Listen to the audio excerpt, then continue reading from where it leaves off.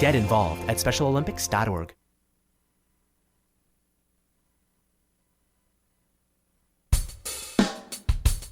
You take a seed, you plant it, you grow it, you dry it, you roll it, you smoke it, and it goes down smooth. Hey! Spanning the continent to bring you the truth about cannabis and marijuana law reform. I smoke pot and I like it a lot. The Russ Belville Show, the voice of the marijuana nation. Now, here's your host, Radical Russ Belville. Good day, tokers and tokettes and non-toking lovers of liberty. It is Wednesday, October 21st, 2015, and it's got to be 420 somewhere in the world. Oh my goodness, it's so good to be back in beautiful legal Potland, Oregon. I had to fly the unfriendly skies of United Airlines, where your time is worth $6.30 an hour. You want to read all about that? You can follow my Twitter feed at Radical Russ and scroll backwards, where I got into an all caps screaming match with United Airlines social media people. It was a lot of fun. Don't have enough time to recount the entire story right now, unfortunately, because while I was gone these past couple of days and the weekend before that at the Virginia NORML conference, there was a landslide of marijuana news to have to cover, and we're going to have to get to all of that today on the Russ Belville Show. Coming up in our Behind the Headlines segment, a very unfortunate segment that we have to give, and that is remembering the legacy of Vincent Lopez, the founder of Patients Alliance for Cannabis Therapeutics in Texas, patient liaison for Texas NORML, who succumbed in his fight with Becker's muscular dystrophy this Monday. I had the honor of meeting him at least 3 different Texas events that I did, and nobody was a stronger advocate for legalization of marijuana than Vincent Lopez. We'll play you some highlights from the 2014 Dallas-Fort Worth NORML conference, where I had the chance to interview Vincent on a panel. Then we'll follow that up with drug war data mining, where we get some good news for the day, and that is the latest Gallup poll shows 58% support for marijuana legalization in the United States of America. That's the 3rd straight year that we've had majority support for marijuana legalization, according to the Gallup poll. We'll dig deeper into those numbers in our drug war data mining segment. Then coming up at 5:30, we're going to take you back to Richmond, Virginia this last weekend for a Ladies of Legalization segment featuring Lauren Padgett from SSDP talking about women in the legalization movement. And then at the end of the show, following our anti-drug public service announcement of the day, we'll give you more from the Virginia NORML conference featuring Vivienne Smith from Virginia Republicans Against Marijuana Prohibition. You know, I learned a whole lot about Virginia while I was there, including the fact that they have some of the toughest marijuana laws in the country, right up there with Arizona and Florida. So kudos to all of those Virginians who came out for marijuana legalization, and especially for putting their money where their mouth is. If you check out marijuanapolitics.com, under my name, you can find my article about how they raised in just 15 minutes $1,250 to defeat one of the most anti-pot state senators, not only in Virginia, but in the entire United States. Yeah, the guy's name is, what is that guy's name? Bryce something. Bryce, just lost it. Anyway, coming up in the 420 radio news, we've got plenty of headlines, like I said, to have to get to. We've got the Canadian federal election results, the new Gallup poll, a federal judgment that bodes very well for medical marijuana dispensaries, Montel Williams getting involved in Ohio, Republicans in Utah trying to increase medical marijuana access, and once again, a religious user of ganja learns that his get-out-of-jail-free card wasn't worth the $200 he spent for it. All that coming up on the Russ Belville Show on podcast and live, followed in hour 2 with more, including your phone calls. Stick around. You're tuned into the Russ Belville Show, the voice of the marijuana nation. 420 Radio. Tune in, turn on, get highly educated. Imagine life without taxes. Let New Era Certified Public Accountants, NewEraCPAs.com, handle your Cannabusiness 280E and tax strategy. Get your business prepared with New Era CPA's Cannabis Finance Bootcamp. NewEraCPAs.com. With years of experience in the industry, we are one of the nation's leading accounting firms for growers, dispensaries, and ancillary companies from Washington to California. NewEraCPAs.com. Let's talk about the plan to legalize marijuana. The politicians are playing games by calling it a monopoly. They'll do anything to trick voters. It's not a monopoly. It's a plan that initially limits the number of growers for strict regulation before adding more. It provides medical marijuana for those in need. It creates jobs and generates tax revenue. If you think it's time to legalize marijuana, this is our chance. Vote no on 2 and yes on 3.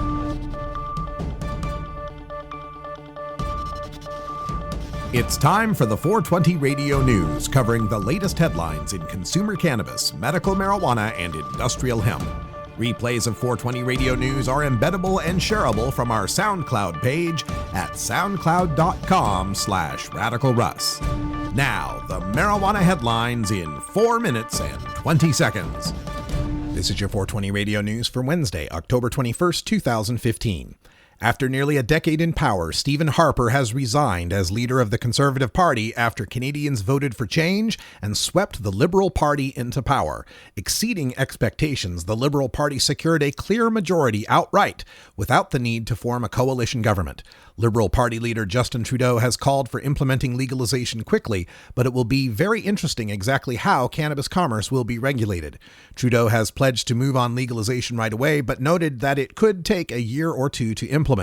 Trudeau's Director of Communications, Kate Purchase, did state that Colorado was a model that the party was considering.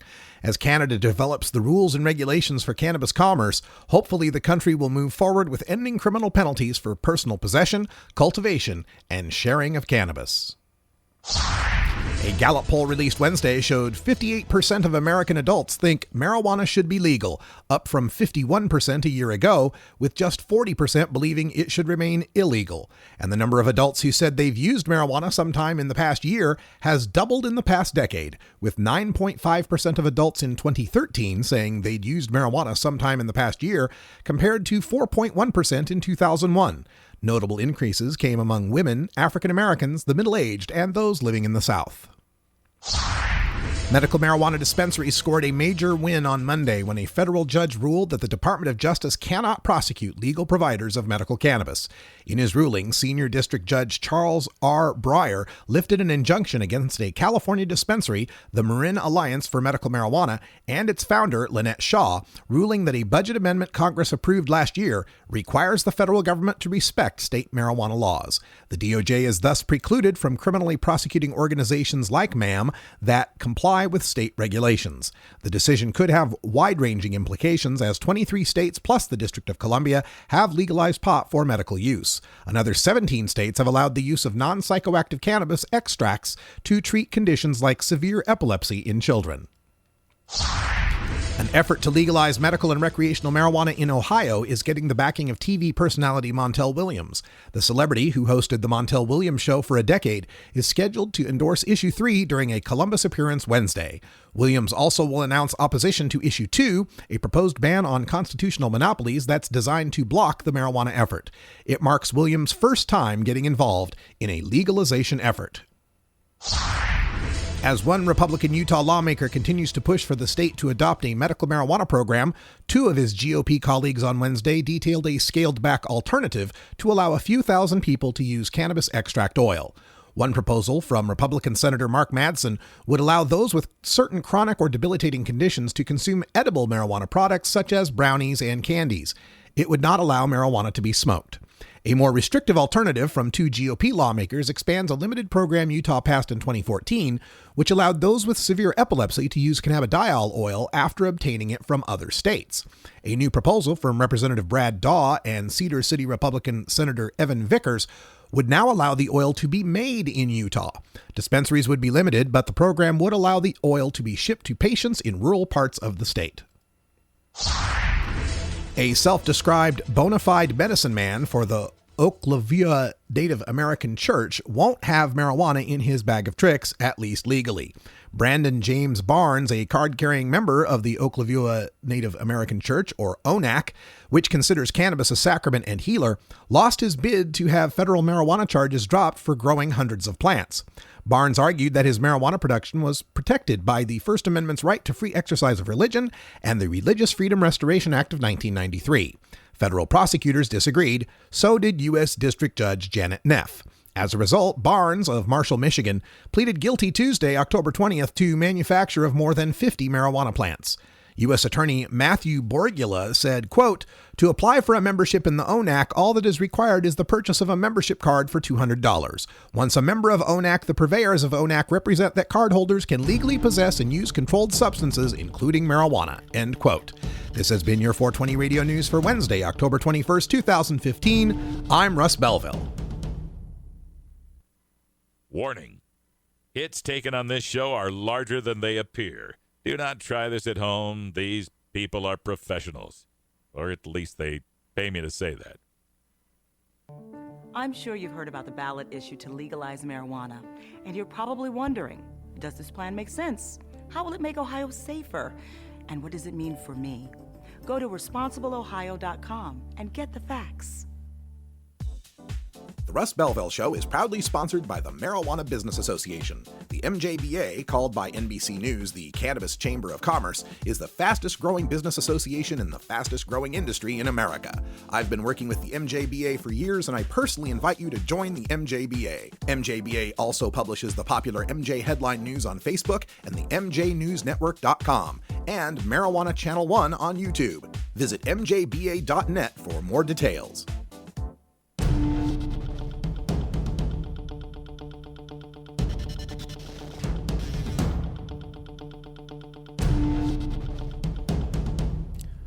On my flights back from Richmond, Virginia this weekend, I was saddened to learn about the death of Vincent Lopez in Texas. Vincent is one of the bravest people I have ever met in this fight of ours to end cannabis prohibition.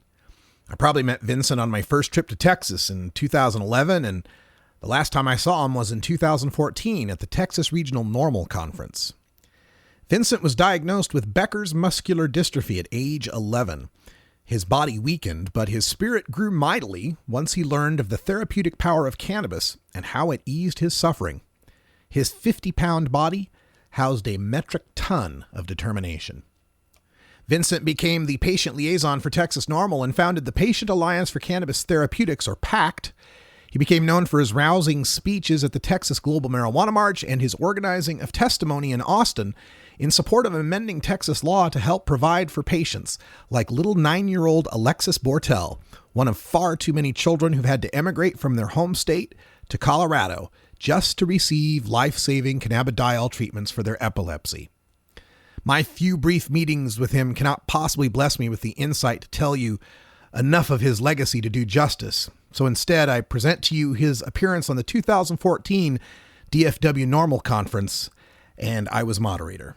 All right, so let me move on to Vincent, because, you know, I get to travel all over the country and see a lot of folks at a lot of chapters, and sometimes doing these events is like family reunion time, because you get to see all the same faces you've seen, you've known year after year.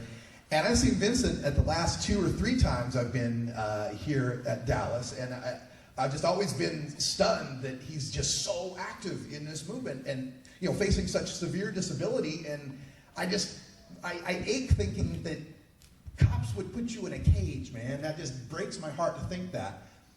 What keeps you in Texas? How do you do what you do, and how does medical cannabis help you? Well, I would say my story starts out in 2008, 2009, and around that time frame, I was pretty much stuck in what we have come to know called as the cannabis closet. And it's a closet of fear, it's a closet of intimidation. And I found myself in that position in 2009. And in pondering about a condition I could no longer do anything about or had no cure for. And it was at that time that I had realized that I had an answer in my hands, an answer that I was living in secret with. And I had realized that the only way to overcome these fears and intimidations was for me to take that first step out of that cannabis closet. And today it made me realize that that is ultimately the first step to empowerment, is by coming out of that cannabis closet and facing those fears and facing that intimidation. And how I do it, I've been often asked that by many people. And all I can say is you do what you have to do. It's a matter of acceptance and self-awareness of your condition and where you are in that condition. But when you add the elements of empowerment to that, it makes us, as patients, a very strong force. And bringing the truth to the legislators, as, in my opinion, they asked for it. And if we have to visually show ourselves to show what suffering looks like, I'm more than happy to do it. And during this trial, I have met many patients of all different ages, all different ranges. And I can tell y'all right now that nothing breaks my heart more than seeing these little children who are suffering from epilepsy, who are suffering from autism. And it does break my heart because these children do not have the ability to express themselves to lawmakers like we can. They are unconsciously unaware of what is threatening them, of the condition that is threatening their lives. And because of that, it's very unfortunate that they don't have the voice to express themselves. So therefore, I feel the need for someone to take that stand and be that voice for them. And it comes down to my heart that any child suffering from a cancerous brain tumor like Cash Hyde, a child like Charlotte Figge suffering from epilepsy, is worth my life 10 times over. And I'm glad we'll gladly give it. Yeah.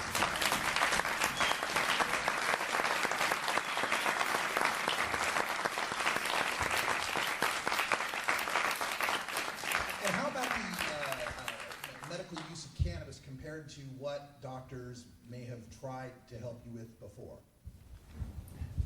Well, what I can say to that is that doctors can be wrong. There is such thing. And I tend to believe that people who, we can become slaves to the medical industry by taking their advice over our own. I believe there's no better doctor than ourselves. I believe there's no better moderator of our own bodies than ourselves. And I believe that I have the right to have that choice in how I choose to alleviate my pains. And it's because of that right that I believe cannabis should be free for all. As far as, you know, I'm not strictly to medical or strictly towards rec or strictly towards anything. I'm for it all. But what brings me as an asset to this movement is the visual presence that I bring of disability, that I bring of suffering, because I know it can have a visual impact. And I believe it's very, very necessary. Thank you.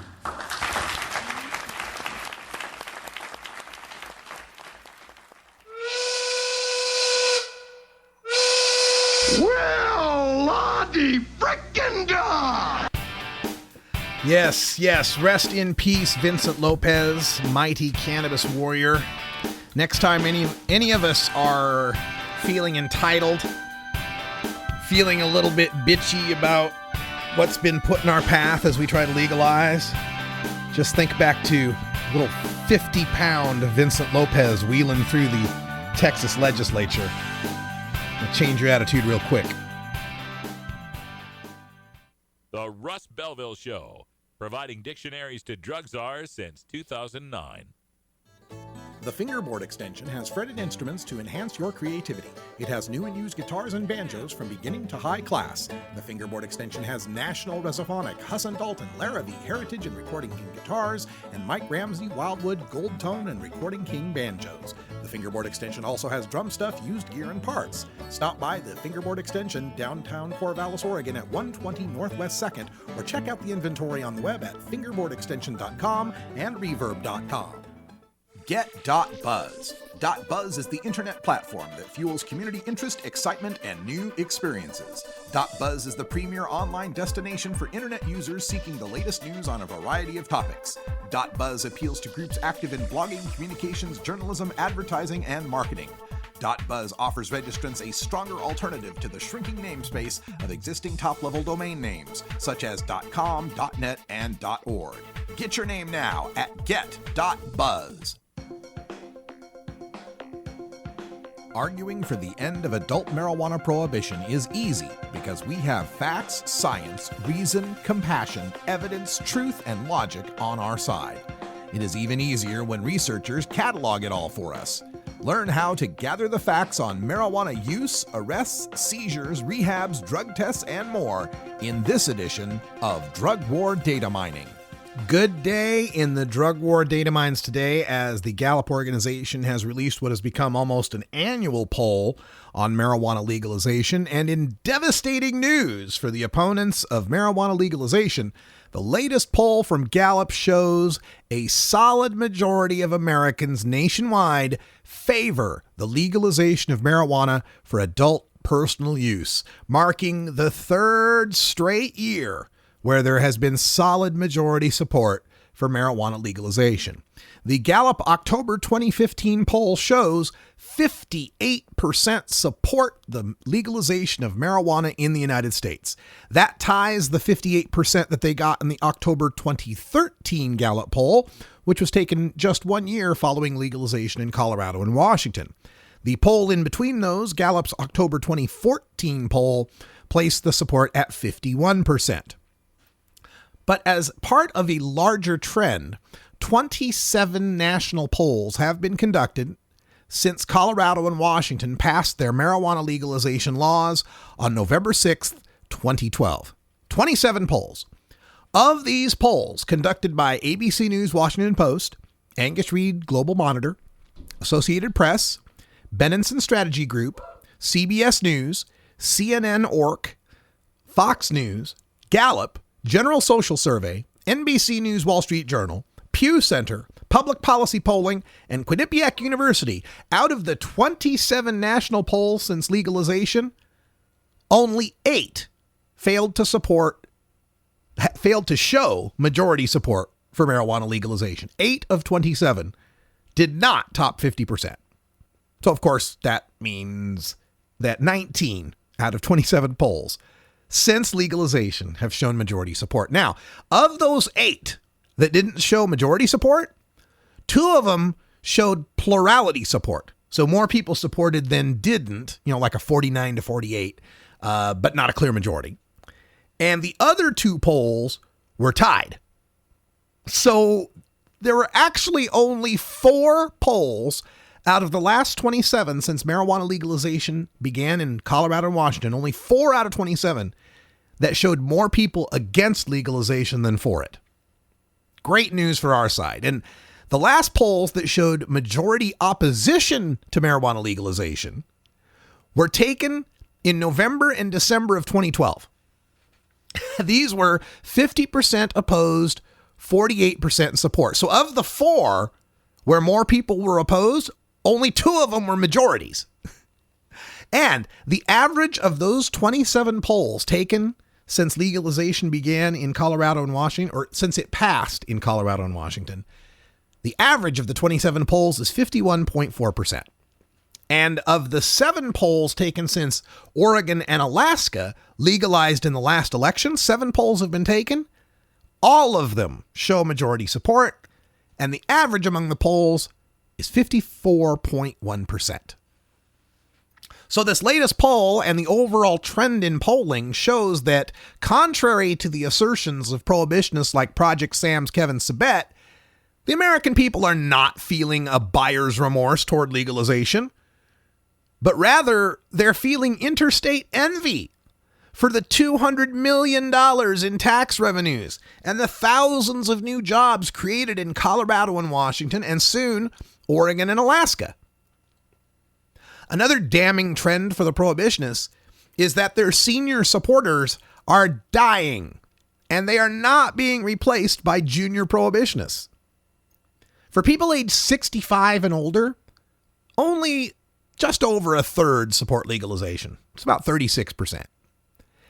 But everybody under the age of 65, every demographic under the age of 65 supports legalization. Support for legalization stands at 58% if you're 50 to 64, 64% if you're 35 to 49, and a whopping 71% of adults under age 35 support marijuana legalization nationwide. In less than 2 weeks, Ohioans vote to make it the 5th legal marijuana state in America. To our north, the majority win for Justin Trudeau and the Liberal Party bodes well for nationwide legalization in Canada before the end of the year.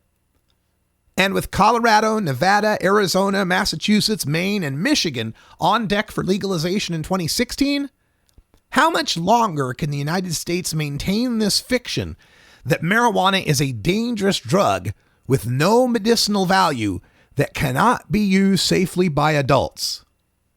The political graveyard will soon be littered with people like Stephen Harper who say idiotic things about marijuana like this. Well, as I said before, there's just overwhelming and growing scientific and medical evidence about the bad long-term effects of marijuana. We've spent a couple of generations trying to reduce the usage of tobacco in Canada with a lot of success. Tobacco is a product that does a lot of damage. Marijuana is infinitely worse, and it's something we do not want to encourage. Good riddance, Stephen Harper. And good news for those of us who support marijuana legalization, as it has risen from 33% support at the beginning of this century to 58% support now. We are winning. Legalization is inevitable. The information for that Gallup poll can be found in my latest article on marijuanapolitics.com. Check out marijuanapolitics.com for my daily article in the featured columnist section. Some handy charts there too of every single legalization poll ever taken since 1969, at least the ones I can find that match the basic question, should marijuana be legal for adults? When we come back, we've got highlights from the Virginia NORML Conference featuring Lauren Padgett from Students for Sensible Drug Policy and Vivian Smith from Virginia Republicans Against Marijuana Prohibition. I'm Radical Russ, live from beautiful Potland, Oregon. You're tuned into the Russ Belville Show, the voice of the marijuana nation.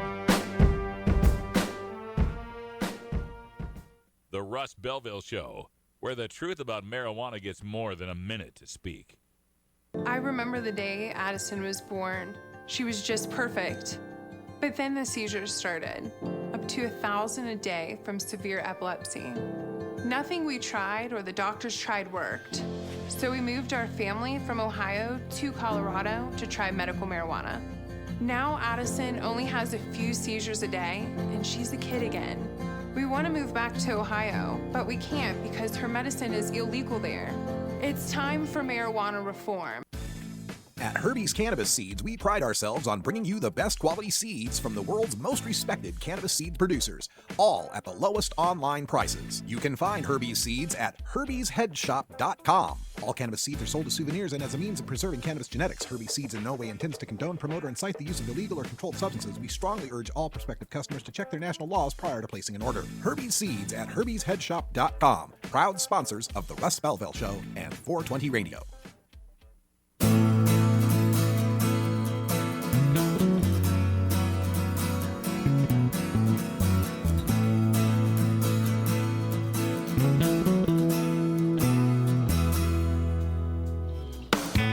In 1929, Pauline Sabin began the women's movement to end alcohol prohibition.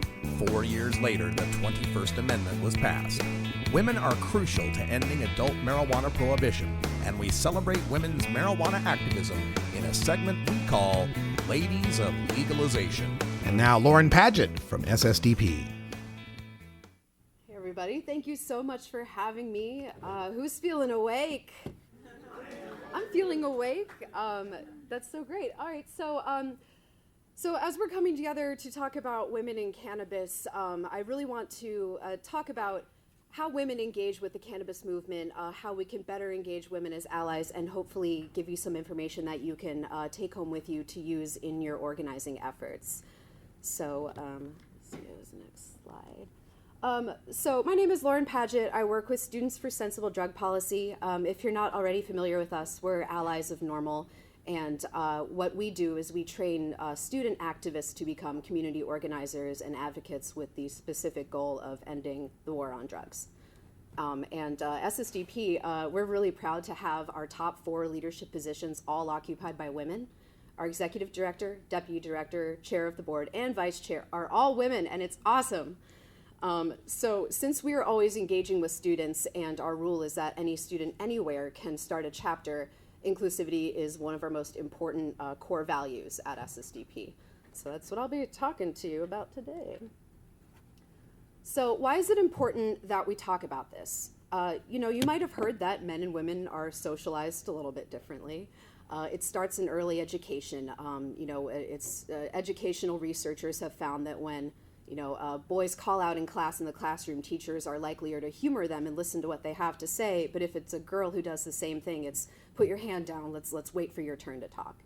And it continues into the workplace, into adult life, and really the experience of being in the cannabis movement as a woman isn't too different from an experience, being a woman anywhere. So specifically in the movement, how is our experience of cannabis a little bit different than the guys? We don't see female cannabis users represented in media as often. We're more likely to feel apprehensive about being honest about our cannabis use because it is breaking the law, and it's especially stigmatizing if you have a high-powered job, if you're a mother in particular. And in the newly legal cannabis industry, sexualized marketing, booth babes, things like that, it really doesn't help because it sends the message that, we're objects to be viewed, possessed, commodified. It's really not all right.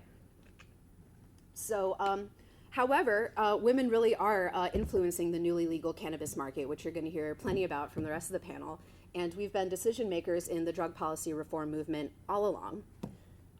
And the reason why it's just so important that we embrace inclusivity when we are reforming drug laws is that by ending the war on drugs, we're rejecting a pillar of institutionalized racism and oppression. And if we're rejecting that, we've got to be consistent with our values and really make an effort to include everyone, and that includes women. So, what are the specific things that people experience when they're feeling like they're not being engaged in our movement? Research shows that it's very common for men to interrupt women in conversation. However, it's equally common for women to interrupt other women just as often. Ignoring women when they speak is also common. There have been times when I've been passed over for a handshake for the person to go shake a man's hand, which is baffling. Like, my hands are good. Sometimes, over-explaining really simple concepts. I've been in the movement for a couple of years now. I've been a medical patient for about 5 years, and I still have people explain the difference between sativa and indica to me sometimes. Got that covered. So, it's the sort of thing that once you see it, you can't unsee it. So begin listening in your conversations and look and catch yourself if you interrupt somebody, men and women. Just, think about the way you're speaking because it's really important that everybody gets a voice when we're doing this work. Who's a fan of The Onion? Everybody? Great. So The Onion is America's finest satirical news source. But, a role of comedy in society is to point out the things that are ridiculous about the world by making fun of them. So this headline here, girl finally speaking up enough for people to criticize her speaking voice.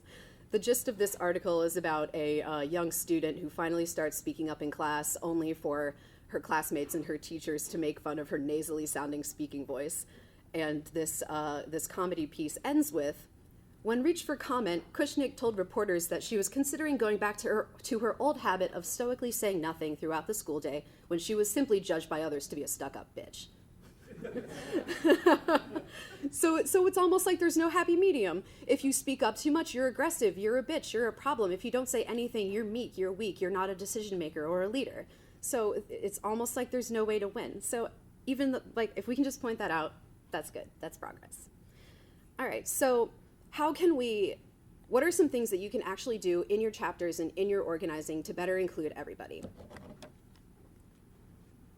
Making sure everyone has a voice in chapter meetings. You can appoint women to leadership positions in your chapter. Take special care to mentor someone who's new to the chapter, especially women or people of color. If they don't feel like they're part of the group, they're going to leave and they're not going to lend their talents to the movement. And if it seems like, maybe in conversations, if the same few chapter members are always dominating conversations, always making the decisions, facilitate actively. Ask someone quiet what they think. Maybe even start your meetings with, I'd like to hear ideas from the newest people from the chapter before we jump into like the meat of what we're going to do at this meeting. There are ways that you can invite disagreement with ideas diplomatically. For example, if you pitch an idea and then say, does anyone disagree? The person who might disagree a little bit is feeling like they can't say something because they'll be the only one in the room who doesn't think it's a good idea. Instead of saying that, you can try to relate to what someone who doesn't agree with you might be thinking. Maybe play devil's advocate a little bit. Does anyone feel that maybe this is the wrong idea entirely and we need to rethink this? It opens conversation a lot better. And if you're worried that that approach might make meetings take a little longer, be a little less productive, yeah, there'll be more discussion, but it'll be better quality. And if your chapter members have a legitimate gripe with something that you're doing, then maybe it's not something to be doing at all. So, men, I ask you to be vigilant about, the way that you're speaking and to look out for women and be allies. If you see someone who's, just talking over a woman a lot, like, hey, let her talk. Or, say you're at a conference, you see sexual harassment happen, like, hey, cut that out, or say to her, like, you okay with this? Very often I've, been at conferences and wanted to confront someone, who was showing inappropriate behavior, or I was speaking to a company that had this Barbie doll shaped mannequin with like her shirt pulled all the way down, and I really was not heard until I had a male friend next to me who was saying the same thing. So we're not totally there yet, but if we can work on this together, it will get a lot better. And what I ask out of women is that you raise each other up, support each other. We're socialized to compete with other women because we're told that only one of us gets to be prom queen. And it's really important that we just validate each other and congratulate other women on our accomplishments. I went to a Women Grow Leadership Summit last summer, and our icebreaker was something I had never done before. We had to go around our tables. Every woman named an accomplishment that she had done that year, and then everyone at the table had to congratulate her. I'd never been asked to congratulate a woman in my entire life, and I didn't even know that until last year. So what I'm basically asking of you is that you make inclusion as much a part of your cannabis etiquette as passing to the left. So, if you don't believe me that confronting sexism, harassment, and oppression is something that you should be doing and something that actually works, I'm going to tell you a story. So, when you go to the top cannabis industry conferences now, National Cannabis Industry Association, Marijuana Business Daily, you will not see booth babes or sexualized marketing anymore, and that really used to be the norm. How did this get changed? 1 year ago at Marijuana Business Daily, my boss, Betty Aldworth, attended. She was one of the spokespeople for Colorado's Amendment 64 campaign, very close with a lot of women in the industry out there. And as they gathered for the conference, they started to compare notes on things that men had said to them and marketing that they had seen. And it was getting so ridiculous that it was almost a competition for who had heard the worst thing. So Betty observed that correcting behavior among individuals wasn't changing things quickly enough, and staying silent wasn't empowering anybody. So they decided to take it to Twitter, and they started tweeting things that people should have been embarrassed to say. They used the hashtag for the conference, they used the hashtag Cannabias, and the conference organizers reached out to Betty and said, like, if you see this happening, we have security to deal with it. If you're harassed, report it. And now moving forward at these industry conferences, sorry, excuse me, I need a little water. Great. SSDP is going to be exhibiting at this year's Marijuana Business Daily Conference, and I received the following in an exhibitor planning email. Where is it?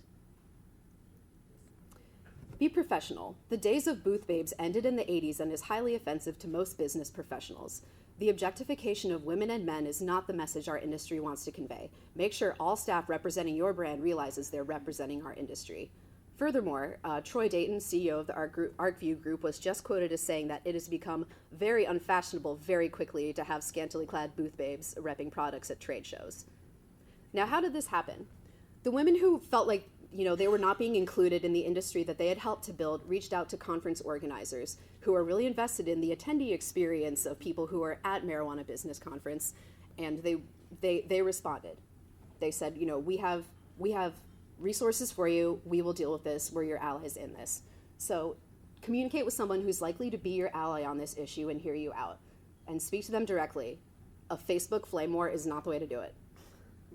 And then have a concrete, tangible suggestion of what can be done to make things better. Here, the ask was, let's not have booth babes anymore. Simple enough. And also, you should applaud and recognize companies, allies, advocates, anyone who does promote inclusivity, because, if something good happens and no one hears about it, then no one gets to see that should be the standard. So just the takeaway is that it's really important that everybody gets to have a voice in this movement and do all that you can to help promote that. Thanks so much. Lauren Padgett from Students for Sensible Drug Policy speaking at the 2015 Virginia NORML Conference this previous Saturday. Got another speech from the conference coming up for you from another strong female leader, Vivian Smith from Virginia Republicans Against Marijuana Prohibition, aka RAMP. Listening to the Russ Belville Show. Happy Back to the Future 2 Day for everyone. October 21st, 2015.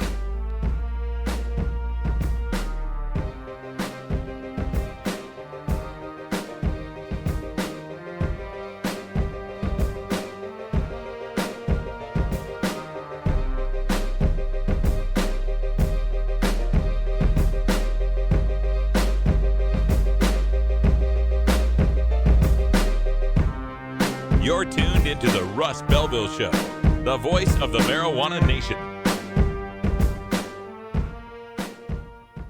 Get the latest updates on the Russ Belville Show by following Radical Russ on Twitter and liking the Russ Belville Show on Facebook. This is Radical Russ encouraging you to take a look at the Weed Blog every day. Johnny Green and the staff at the Weed Blog are on top of all the latest developments in the fight to end marijuana prohibition nationwide. You can even get the Weed Blog on your smartphone by installing the Weed Blog app for iPhone and Android. If it's about weed, it's on the Weed Blog, including my original writing. So don't delay, read the Weed Blog today.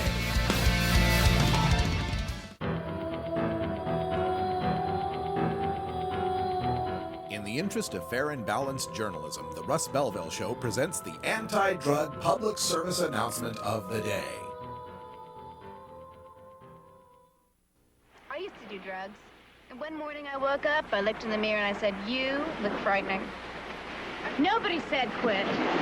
And nobody said stop or else. I got sick of it, so I quit. And now, life's the beach.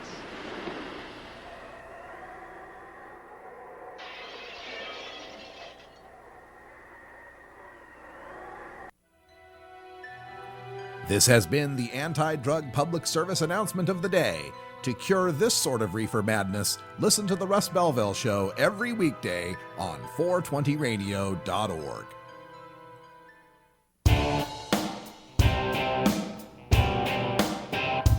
We must wage what I have called total war against public enemy number one. I support a change in law to end federal criminal penalties for possession of up to 1 ounce of marijuana. That marijuana, pot, grass, whatever you want to call it, is probably the most dangerous drug. Some think there won't be room for them in jail. We'll make room. I experimented with marijuana a time or two, and I didn't like it and didn't inhale. One major responsibility is to encourage people to use less drugs. Entirely legitimate topic for debate. Radical Rant. For the Radical Rant today, we turn the reins over to Vivian Smith from Virginia Republicans Against Marijuana Prohibition. So for our next presenter on this panel, I think we got Vivian Smith with Virginia Republicans Against Marijuana Prohibition. She's been a professional office manager and is the CEO, executive assistant to a CEO at this clinical stage biotech company that is developing treatments for cancer and other life-threatening conditions. She's a lifelong political activist and heavily involved in the Republican Party of Virginia, an active member of Virginia NORML in the Jefferson-Charlottesville area, and the founder of Virginia Republicans Against Marijuana Prohibition, a group started by Ann Lee, the 84-year-old mother of Richard Lee, the man who put together the Prop 19 campaign in 2010 to legalize marijuana that really got this conversation started. I think RAMP is one of the most important groups we have out there for our fight. Please welcome Vivian.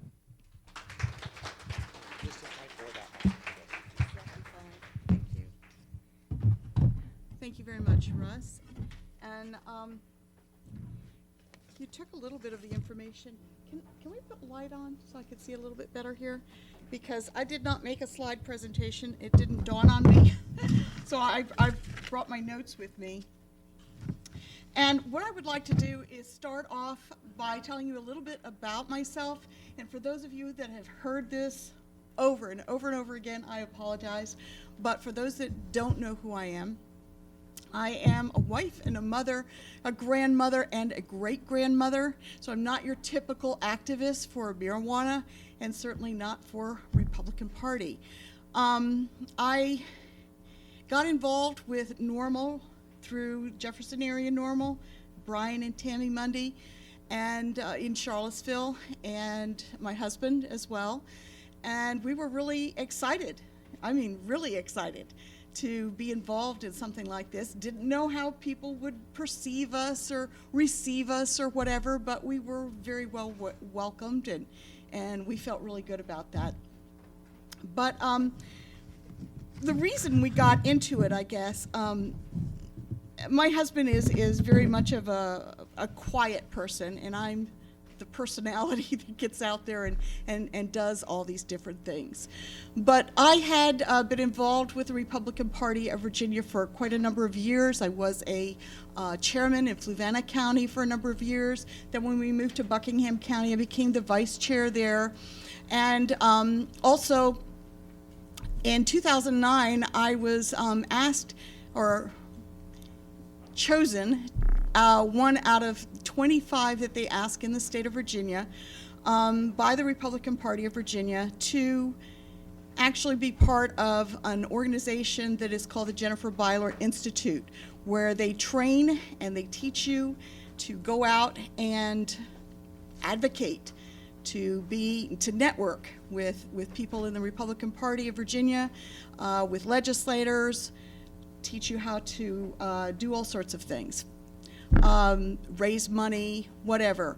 And if you want to run for public office, they encourage you to do that as well. So what they did is they kind of trained us to be leaders and said, go out and lead and make us proud.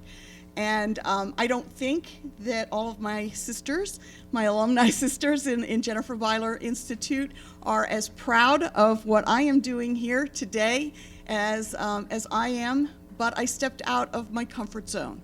I stepped out and I said, I feel like the Republicans need to have a voice. And someone at one of the NORML meetings mentioned RAMP. I had never heard of them. So I immediately went online and I found out who they were, and there was a little block that says, if you want to start a chapter. And I said, oh man, that's for me. And so I clicked on that, and shortly thereafter, they said, well, you know, are you qualified to do this? And so I sent them my qualifications, and they said, wow. And so I felt really good, and we were off and running. Well, I think it was July 1st, NORML and me, I was part of NORML at the time, we're getting ready for a big parade in Scottsville, which is close to where I live, and it's a huge parade, 4th of July parade, that's attended by thousands of people. So I thought, wow, that's a great opportunity for us to get afloat. And so I said, I used my Republican connections there, and I said, well, let's see if they'll bite, if they'll let us do it, or else they'll throw us out and say there's no way we're going to do this.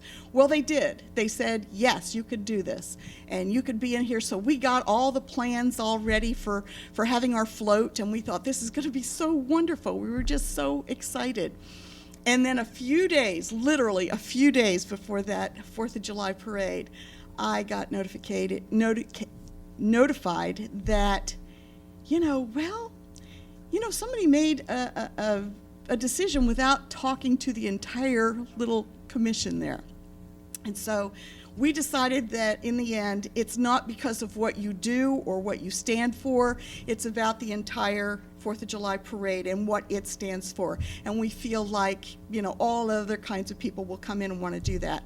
So they compromised and they gave us front row places where we could have tabling events under our thing. And we had a ton of people coming by. It was wonderful. But right before this event, I got notified from RAMP that we were the newest chapter of National RAMP. And we were going to be known as VA RAMP or Virginia RAMP.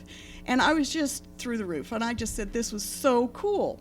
So there we are, standing under our little tent with, in the back of us, with this thing that says Virginia RAMP and Republicans Against Marijuana Prohibition. And people were walking by and saying, what? Republicans? It was just like such an anomaly. And I realized at that point, wow, we can't, as constituents, as citizens of Virginia, get this done without Republicans. Republicans own the House and the Senate right now.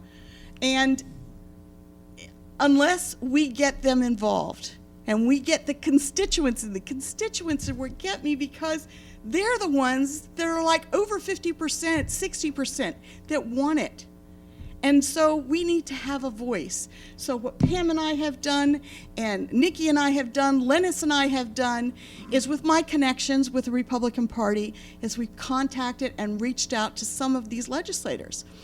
And some of them, actually all of them, have just said from the beginning, no, this isn't something that we're interested in. Well, talk to us. Let us give you the information that we have. Let you know what we know, because what you're getting is canned from who knows what, the DEA or whoever, and it's not information that is current. It's not information that gives you all the facts. And when I was listening to Mary Lynn, I said, oh my God, if she were to be on one of those visits with these legislators, I think they would be amazed. And they don't have that kind of information. And I think the fact that what Pam was saying, when we go as women, as grandmothers, you're talking to them as a different constituent. You're coming to them at kind of like a gentler side, because we come in and we're just dressed the way we're dressed or whatever. We don't come in funky t-shirts and flip-flops or whatever. We dress for the occasion. We speak to them respectfully, even if we don't agree. And my message is that I know with Senator Eben and Mark Levine, I think that it's wonderful to have that conversation, to have the opportunity to cross the line, to go across the aisle and shake hands and say, you know what, we may not agree on a lot of things, but we agree on this. And that's an important conversation to have. And so in saying that, by the same token, there's so many people that I talk to that say, how can you do this? That is a Democrat issue. That's a liberal issue. And I said, no, it's a civil liberties issue.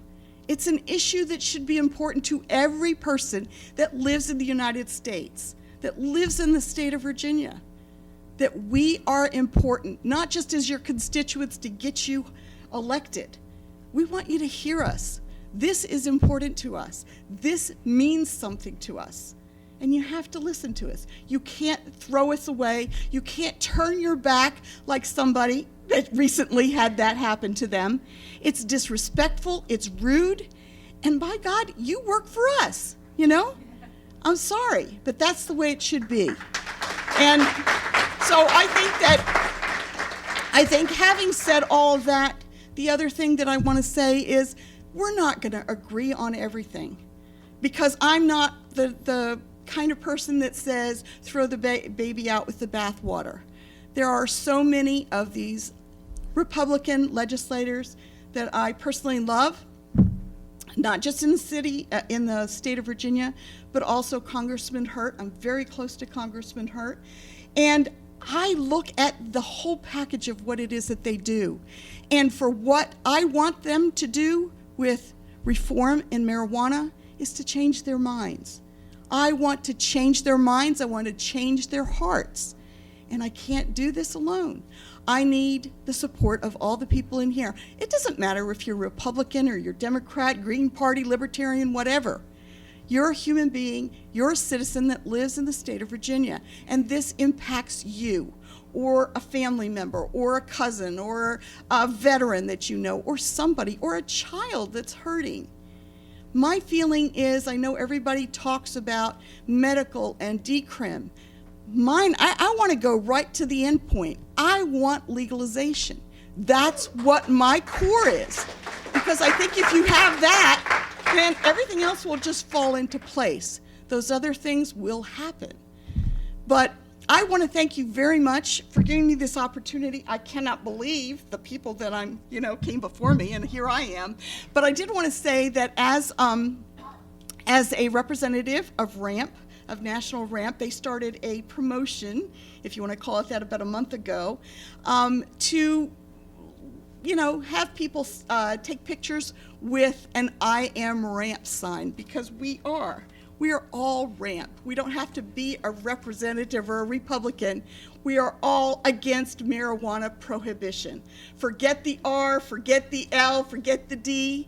It is against marijuana prohibition. So I thank all of you, and I love all of you. Thank you so much.